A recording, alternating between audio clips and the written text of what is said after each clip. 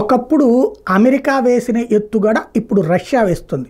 ఒకప్పుడు అమెరికా అధ్యక్షుడు వేసిన ఎత్తుగడ ఇప్పుడు రష్యా అధ్యక్షుడు పుతిన్ వేస్తున్నాడు. ఇదివరకు రష్యా, చైనా, ఉత్తర కొరియా ఇట్లాంటి దేశాల్లో, క్యూబా ఇట్లాంటి దేశాల్లో ఉన్నటువంటి మేధావులైనటువంటి వాళ్ళకి తిండి, బట్ట, వసతి అక్కడ దొరుకుతుంది. కానీ ఆ తర్వాత కావాలని వాళ్ళు కోరుకునేటటువంటి గౌరవం, విలాసవంతమైన జీవనం, ప్రశాంతమైనటువంటి జీవనం అక్కడ ఉండదు. ఎందుకంటే ప్రభుత్వాల ఒత్తిడి ఎక్కువ ఉంటుంది. ఆ ఒత్తిడిని అధిగమించడానికి కుదరదు, లేకపోతే ప్రాణాలే పోయేటటువంటి పరిస్థితి ఉంటుంది. అట్లాంటి దశలో అమెరికా అప్పట్లో ఒక బంపర్ ఆఫర్ ఇచ్చింది. అట్లాంటి వాళ్ళు మా దేశానికి రండి, మేము మీకు సకల సదుపాయాలు కల్పించి గౌరవాలు ఇస్తాము అని ప్రకటించింది. అప్పుడు ప్రపంచవ్యాప్తంగా ఉన్నటువంటి వాళ్ళలో 1600 మంది సైంటిస్ట్స్ అమెరికాకి వచ్చారు.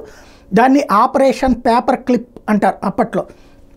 ఆ 1600 మంది ఇంపాక్ట్ అమెరికన్ బూస్ట్ అటు అంతరిక్ష రంగంలో కావచ్చు, విమానయాన రంగంలో కావచ్చు, అట్లాగే లాజిస్టిక్స్ రంగంలో కావచ్చు, ఇతర అనేక రంగాలలో ఆ 1600 మంది రాక అన్నది అమెరికన్ డెవలప్మెంట్లో అత్యంత కీలకమైంది. యూరప్ దేశాలలో డామినేషన్కి అది కీలకమైంది. ఇప్పుడు పుతిన్ అదే విధమైన పిలుపునిస్తున్నారు.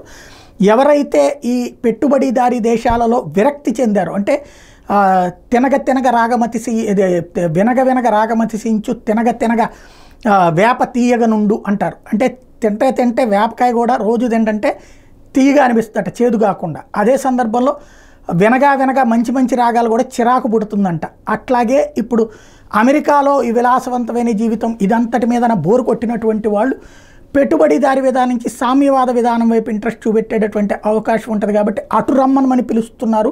పుతిన్ వాళ్ళకి సముచితమైన గౌరవం ఇస్తానంటున్నారు. మరి అది సాధ్యమవుతుందా చూడాలి.